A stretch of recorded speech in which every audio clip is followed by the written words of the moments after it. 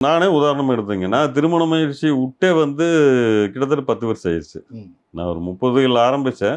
40 வரைக்கும் எனக்கு தெரிஞ்ச முயற்சிகள்ல வந்து, எனக்கு தெரிஞ்ச சாம, பேத, தான, தண்டங்களை எல்லாம் பிரயோகிச்சு, எனக்கான ஒரு வாழ்க்கை துணைய அடையறதுக்காக முயற்சிகள் பண்ணுனேன்.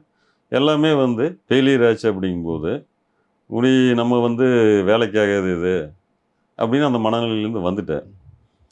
ஆனா, இப்ப எல்லாருமே வந்துட்டாங்களா அப்படின்னா, ஒரு 70% வந்து அந்த மனநிலைக்கு வந்துட்டாங்க.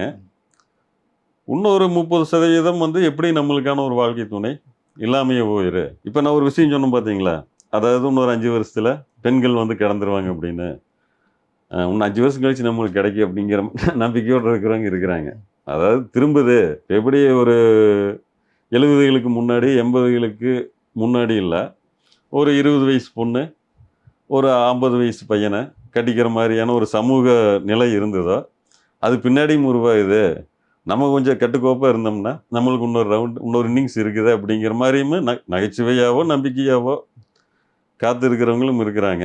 இல்ல அது சாத்தியம் இல்ல அப்படிங்கிற மாரி, நம்ம இந்த தனித்த வாழ்க்கைக்கு மனநிலையை தயார்படுத்திக்கணும் அப்படிங்கிற மாரி இருக்கிறவங்களும் இருக்கிறாங்க. இது 2 வகைனா, இடையில வந்து ஒரு குறிப்பிட்ட பகுதி வந்து சிதைஞ்சுட்டாங்க.